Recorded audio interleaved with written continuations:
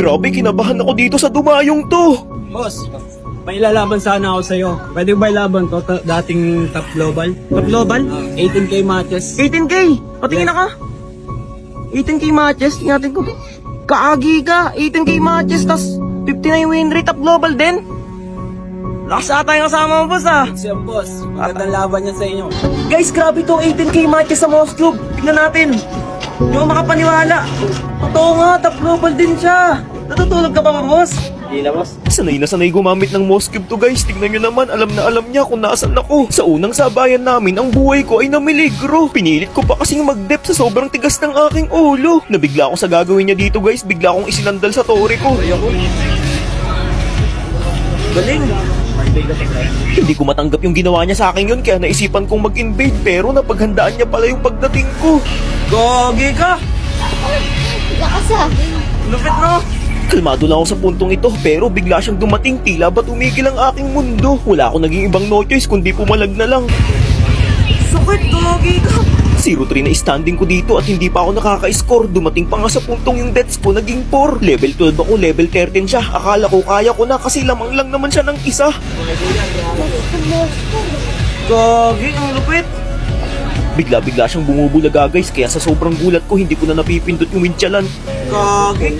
Natutulala na ako dyan, akala ko matatalo na ako. Kahit kasi nagdedep ako, maya-maya bigla na naman siyang nandito. Mabuti na lang nakahanap ako ng tamang anggulo at tiyempo. Inantay ko lang ang tamang perfect timing upang maidikit siya sa bato.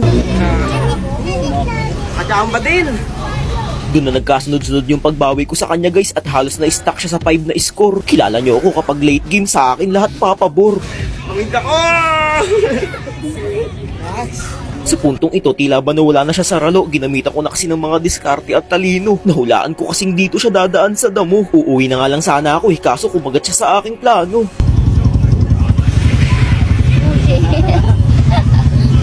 Sumipat siya sa part na to pero hindi ako tinamaan. Pero pag ako ang bumitaw, sigurado merong sasaktuhan. Hindi niya na kinakaya yung hapdi ko. Mapipitas ko sana siya kaso nga lang niligtas siya ng imo. Pinabayaan ko na lang din guys para makapag-heal pa siya kahit papaano. Alam niyang wala na akong windjalan kaya panigurado susugurin na ako nito kahit anong mangyari. At ayan na nga, ito na nga ba ang aking sinasabi. Pinatagos ko yung mga sibat ko sa minions para gamitin niya na rin yung windjalan niya. Ngayong nalaman kong napindot niya na, ako naman ang aarangkada. Ito yung pinakamagandang sabayan namin, matira matibay talaga. Nagkasalubungan lang talagang palag kung palag na.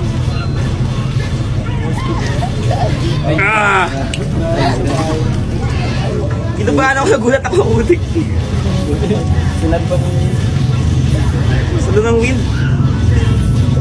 At ayun na nga guys, sa sobrang dami kong minions na paparating, malabo ng madepensahan yan. Kitang kita nyo sa mukha ko ang labis na kasiyahan. Sa ata.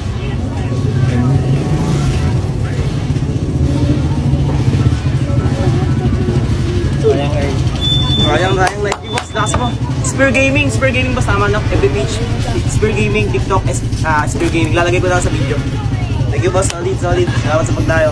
Guys, wag nyo akong tatanungin ng ganito. Boss, nagkakandat ka ba ng talo? Oo. Subukan mo itong tropa ko. Sino ba lalaro? Ito? Ito, wala Naka-black? kang talo to. Guys, kalaban ko ngayon, wala pa rin talo sa 1v1. Dadagdag kita sa collection ko, Jake. Hindi, wow. Ang ginamit niya sa aking hero ay Nathan. Ito ang pinakaayaw na ayaw kong makalaban. Sobrang luging-lugi kasi yung Moscube dyan. Tingnan nyo naman, napapaatras na lang ako sa sobrang hapdi. Sa sobrang gigil ko nga, binalikan ko siya imbis na ako'y umuwi. Saktong-sakto naabutan ko tong nagre-repolyo, kaya pinagsabay ko na silang maglaho. Napatingin na lang tuloy siya sa malayo. Akala ko magiging madali sa akin tong laban na to. Yun naman pala, pinagbigyan niya lang ako sa intro. Paatras na sana ako sa puntong ito. Nagulat ako, nakabuntot siya sa akin. Sa ilang segundo lang, nagawa niya agad akong pitasin. Halos magpalakpakan yung mga tropa niya. Habang naglalakad ako dito, nakaramdam ako ng kakaiba. Tama nga ang aking hinala dahil lumabas siya bigla. Grabe naman, Alwin. Grabe, napakasakit. Grabe yun. Simula nun, namihasa na siyang magtago ng magtago. Bigla na lang bubulaga na tila may palaging handa. Buti na lang kanyo, parehas kaming bumalakta. Sayang. Ewan ko kung anong ibig sabihin ng ganitong reaction niya. Ang alam ko lang, basta nakita ko siya sa mapa, hindi ako magdadalawang isip para lusubin siya. Yung masasayang ngiti niya kanina, papalitan ko ng pagkadismaya. Black item na kami pareho guys, kaya medyo may palag-palag na ako. Nang kukunin ko na yung kanyang blue block, nagtaka ako bakit hindi sa akin humarap. Ibig sabihin nandun siya, kaya yung sibat ko pinalipad ko patungo sa kanya. Naisandal ko rin sa bato kaya hindi na nakagalaw pa. Nang mawala na ang kanyang pagkahilo, dun na siya nabura. Syempre ako nagkunwaring may kinakamot para mabawasan naman ang kanyang lungkot. Napakalaking kapalpakan yung nagawa ko sa part na to guys, hindi ko kasi napansin na cooldown yung rose gold ko. Kaya nung binigla niya ako, nalusaw agad ako sa ilang segundo. Putik, wanit. Nang dahil sa nangyaring yun, naging miserable tuloy ang aking pagkapanalo. Kung kanina lumamang na ako, ngayon bigla pang naging dehado. Lumakas na rin kasi ang kanyang loob kasi nakapag-build na siya ng windkalan. Kaya hindi ko na siya nakikitaan ng kahit anong pangamba at takot. Tingnan nyo naman, tinitipihan na lang ako. Syempre baka magkamali ako kaya hindi ko na tinuloy. Hindi dapat ako nagpapa-apekto sa kahit anong pang-aasar niya sa akin. Tulad nito, kahit tinamaan na siya, hindi pa rin ako nagtatangkang pumunta. Tumipi lang siya ng tumipi hanggang gusto niya. Para makamit ko ang aking pagkapanalo, ginamit ko yung kanyang teknik at estratehiya. Yun bang ginagawa niya sa akin kanina? Magtatago-tago lang sa damo tapos biglang bubulaga. Ngunit bago ang kanyang pagdating, naging handa ako sa anumang maging resulta. Laking pasasalamat ko sapagkat hindi niya ako nakita at nahalata. At ayun na nga guys, bali yun na pala yung huling digmaan namin. 24 minutes na rin kasi yung nakakalipas tapos mabubuhay siya sa loob ng 60 seconds. Napakahirap talaga kapag ang kalaban ay Nathan. Para sa akin, hindi ko yan binibilang sa larangan ng mga marksman. Ewan ko ba kung bakit nilabas ni Munton yan, yung item pang mage naman. So ayun guys, nanalo na naman ako sa puntong ito. Kung gusto nyo ring dumayo, aantayin ko kayo dito. Talo na siya. Siya David. Lakas na ito mag-Nathan. Grabe. Thank you, Lakas na mag-Nathan guys. Putik, kaya pala di natatalo. Guys, itong si Nacho, nag-aaya ng 1v1 daw kami. Ang matalo, magpapakalbo. Diyos me, ako pa yung hinamon. Guys, kilala nyo naman ako, hindi ako umangatar sa mga ganyan. Di ba? Baka pag natalo ko siya, hindi siya magpakalbo. Yun ang iniisip ko, guys. Sa akin kasi walang problema yung ganyan eh. Halimbawa, nag-1v1 kami, gagamitin niya yung ruby kasi yun lang naman yung ginagamit niya lagi eh. Pag natalo niya ako, matik magpapakalbo ko.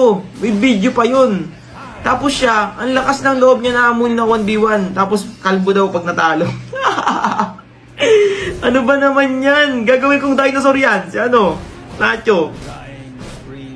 Ayun o, tulad nito kalaban ko, Rubay. Diyos me, lambot yan sa mouse cube ko. Kaso nga lang, ang gusto niya, fighter to fighter daw kami, which is wala namang problema sa akin yun. Diba? Walang problema sa akin yun kung yun ang gusto niya eh. Fighter to fighter, tapos second game, MM to MM. O sige, Nacho, kakasa ako dyan.